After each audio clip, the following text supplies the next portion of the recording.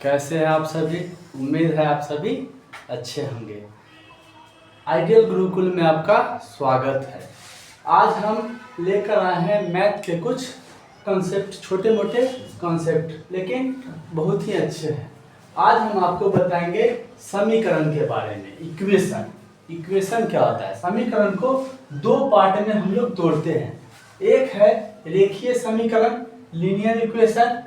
दूसरा होता है द्विघात समीकरण, क्वाड्रेटिक इक्वेशन। ये दोनों अपने अपने चैप्टर ही समझिए एक तौर पर। आज हम आपको रेखीय समीकरण के बारे में बताएंगे, फिर आपको अगले वीडियो में देखने को मिलेगा द्विघात समीकरण के बारे में। आइए आज हम अभी आपको बताएंगे रैखिक समीकरण क्या है, लीनियर इक्वेशन किसे कहते हैं।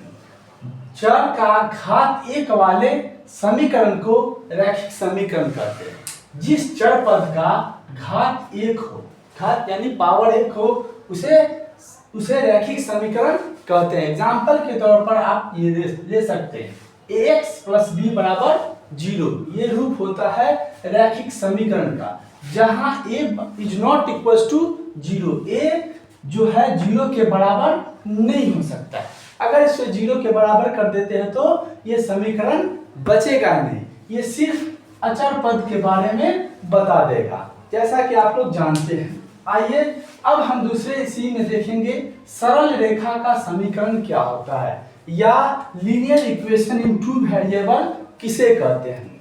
तो आइए देखते हैं इसके रूप के बारे में। ax plus b y plus c बराबर 0, जहां a is not equal to 0। a जो है बराबर को काट देते हैं तो उसे इज नॉट इक्वल टू कहते हैं।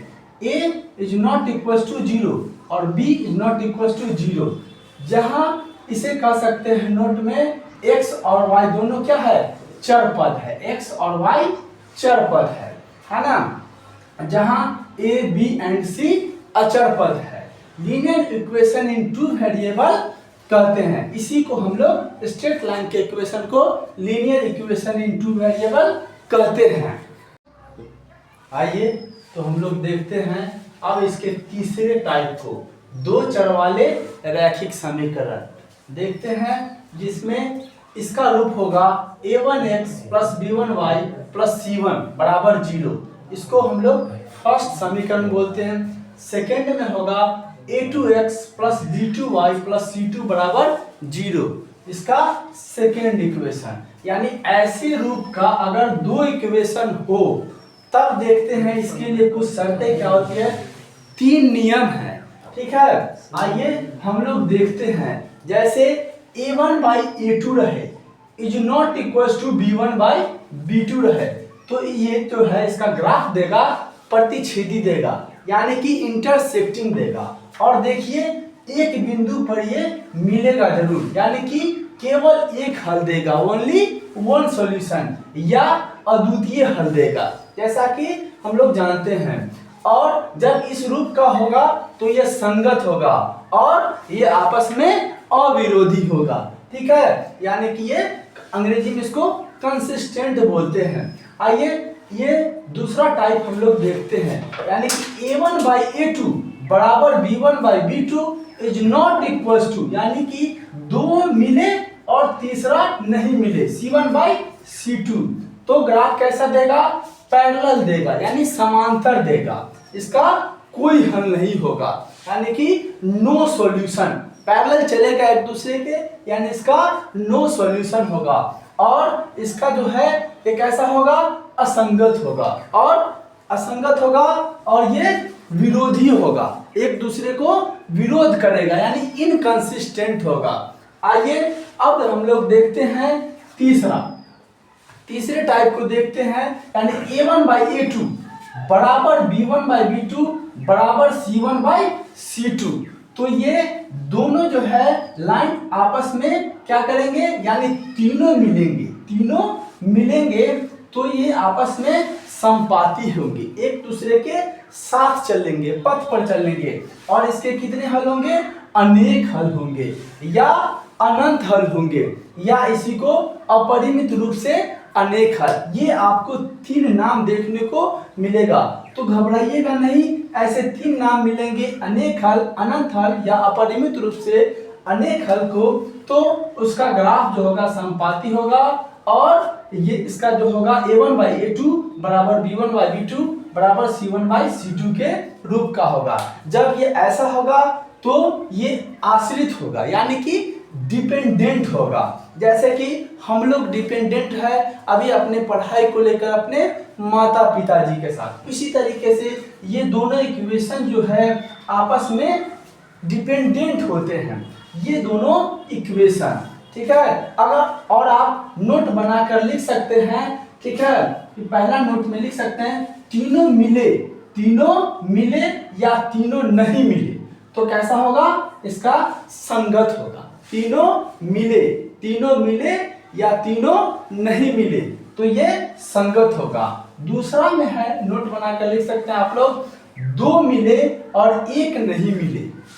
गौर कीजिएगा, 2 मिलेंगे और 1 नहीं मिलेंगे तो क्या होगा, ये असंगत होगा। आइए अब हम इसके ट्रिक को जानते हैं, ठीक है। देखते हैं अगर इस ग्राफ का किस प्रकार से बनता है। सो बाय ट्रिक अब हम लोग समझेंगे, यानी कि 2 मिलेंगे, ठीक है, 2 मिलेंगे और 1 नहीं मिलेगा तो असंगत, तीनों मिलेंगे और तीनों नहीं मिलेगा तो संगत। ये है, आगे हम लोग देखते हैं, ठीक है।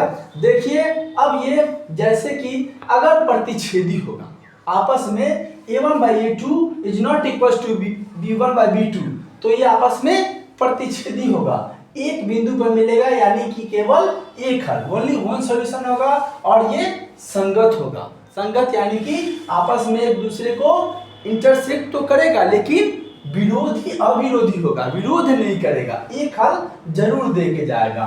दूसरा में है, हम लोग पढ़े थे, ठीक है, कि जिसका कोई हल नहीं, यानी कि अगर हम लोग पैरेलल चलते हैं, पैरेलल आप लोग चलते होइएगा, जैसे कि हम जा रहे हैं एक रास्ते से, अगला दूसरे रास्ते से जा रहा और मंजिल का पता ही नहीं, तो ऐसे में हमें कोई हल नहीं मिलेंगे, तभी हम कह सकते हैं, यानी हमारा विचार मेल नहीं किया तो ये असंगत होगा और विचार जब मेल ही नहीं करेगा तो झगड़ा भी होना है और ये विरोधी हो जाएगा, यानी इनकंसिस्टेंट होगा, ठीक है। और जब हमारा विचार मैच कर जाए, यानी कि हम इस दोनों रेखा का विचार जब मैच कर लेता है तो ये आपस में समपाती हो जाते हैं। विचार मैच करेगा, यानी कि आपस में सभी गुण विचार सभी मैच करेंगे तो इसके अनेक हल या अनंत हल होंगे, यानी कि बहुत सारे हल देखने को मिलेंगे, है ना। और ये आश्रित होंगे, आपस में आश्रित होंगे, ठीक है। ये दोनों रेखा के बारे में आप लोग, लाइंस के बारे में हम लोग देखे, यानी 2 चर वाले रैखिक समीकरण के बारे में हम लोग जाने थे, ठीक है। अगर वीडियो अच्छा लगे तो इसको लाइक, सब्सक्राइब एंड शेयर जरूर कीजिएगा। आइए अब हम लोग इसके टाइप 4 में चलते हैं, ठीक है। आइए इसके टाइप 4 का फर्स्ट प्रकार देखेंगे, यानी कि अगर जो 2 रेखा यानी 2 स्ट्रेट लाइन अगर आपको ऐसे लंबवत मिले, लंबवत यानी खड़ी रेखा मिले, तो उसका स्लोप, स्लोप इसको अगर m1 कहेंगे तो इसका स्लोप m2, यानी स्लोप को ढाल या प्रवणता कहते हैं।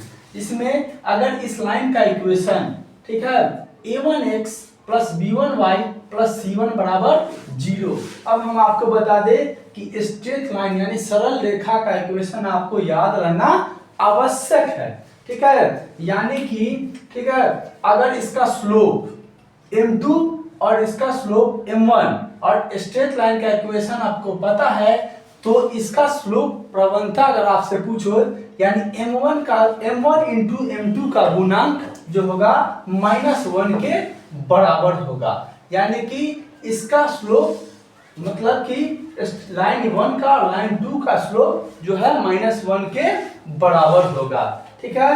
अब है इसी के दूसरे में देखेंगे, यानी कि अगर स्ट्रेट लाइन यानी स्लोप इसका m1 इसका m2 है ठीक है, यानी कि ax plus by plus c2 बराबर 0, ax plus by plus c1 बराबर 0, ax प्लस by ये दोनों आपस में इक्वल रहते हैं, ठीक है, यानी कि c1 और c2 से वैरी होगा। यानी अगर ऐसा रूप अगर आपको देखने को मिल जाए तो इसका स्लोप आपसे पूछ सकता है, यानी कि स्लोप ऑफ m1 यानी कि m1 जो होगा इक्वल होगा बराबर होगा स्लोप ऑफ m2 के। अगर ऐसा लाइन का इक्वेशन आपको मिल जाए इस रूप में, यानी कि ax plus b1 plus c1 बराबर 0 और ax plus by plus c2 बराबर अगर आपको 0 मिले तो इसकी स्लोप के बारे में अगर आपसे पूछे तो m1 बराबर जो होगा m2 के होगा। टाइप थर्ड, यानी इसी में अगले प्रकार को देखेंगे, यानी अब पहले आप जानते थे ax plus by plus c बराबर 0 हो तो ये होता है सरल रेखा का समीकरण रूप, ठीक है, और स्लोप निकालने का फॉर्मूला होता है, यानी माइनस के साथ आएगा x का गुणांक लेके आएगा अब बटे में y का गुणांक, स्लोप निकालने का ये नियम होता है, ठीक है। अब हम अगले प्रकार को देखेंगे इसी में, ठीक है, यानी कि अगर straight line ax by plus c1 बराबर 0 और एक अगला लाइन जो होगा ax by प्लस c2 बराबर 0 के बीच की दूरी आपसे पूछे, कि ये दोनों रेखा के बीच की दूरी आपसे पूछे तो इसका फॉर्मूला होता है c1 माइनस c2 बटे अंडर रूट a का स्क्वायर प्लस b का स्क्वायर प्लस b का स्क्वायर, ठीक है। अगर ये 3 होगा तो ये भी 3 होगा, ये मान लेते हैं अगर ये 3 होगा तो ये भी 3 होगा, अगर ये 5 होगा तो ये भी 5 होगा, यानी कि अगर a को 3 मानते हैं और b को 5 मानते हैं, ठीक है, तो इसमें भी अनदर रेखा में भी दोनों इक्वल होते हैं, जैसा कि आपको इस रूप ऊपर में देखे थे ऐसा रूप ax by दोनों रेखा का सेम होता है। आपको वेरी अगर डिफरेंट देखना है तो ये c1 और c2 इसका मान अलग अलग आपको देखने को मिलेगा। तो अगर ऐसा मिले तो ये c1 माइनस c2 दूरी इसके बीच की दूरी आपसे पूछे तो c1 माइनस c2 बटे अंडर रूट a का स्क्वायर प्लस b का स्क्वायर, ये पूरे मॉड के साथ लाएगा। एक बार फिर से देख लीजिए, अगर कोई दो रेखा लंबवत है स्ट्रेट लाइन का इक्वेशन तो सबसे पहले आपको याद करनी होगी, यानी ax plus by plus c बराबर 0। इसे समझने के लिए आपको ये इक्वेशन आपको याद रखनी होगी और एक्स्ट्रा में आप इसको स्लोप को याद रख सकते हैं, यानी कि माइनस x का गुणांक बटे y का गुणांक, ठीक है। ये होता है स्लोप, ढाल बोले या प्रवणता के निकालने का सूत्र होता है। अगर कोई दो रेखा जो है आपस में लंबवत हो तो उसकी अगर स्लोप पूछे m1 और m2 का गुणांक, ये सीधे आप मार दीजिएगा -1 के इक्वल होता है। अगर कोई दो रेखा जो है आपस में पैरेलल चल रही थी तो ये दोनों m1 जो होगा स्लोप m2 के बराबर होगा। तीसरा में आप देखे हैं, ठीक है, ये स्लोप ढाल निकालने का फॉर्मूला, यानी कि माइनस के साथ x का गुणांक बटे, यानी अंश में जो होगा x का गुणांक होगा पहले और बटे y का गुणांक नीचे आएगा, यानी हर में y का गुणांक आएगा। और अगर दो रेखा के बीच की दूरी निकालना है, ठीक है, तो इसके लिए c1 माइनस c2 का डिफरेंस बटे में यानी हर में अंडर रूट a का स्क्वायर प्लस b का स्क्वायर और मॉड लेकर आएगा, यानी अगर ताकि ये प्लस माइनस अगर आपको समझने में प्रॉब्लम हो तो ये इसको प्लस बना देता है मॉड, ठीक है। अगर आपको, ठीक है, ये अगर वीडियो अच्छा लगे तो इसे लाइक, शेयर एंड सब्सक्राइब जरूर कीजिएगा। धन्यवाद।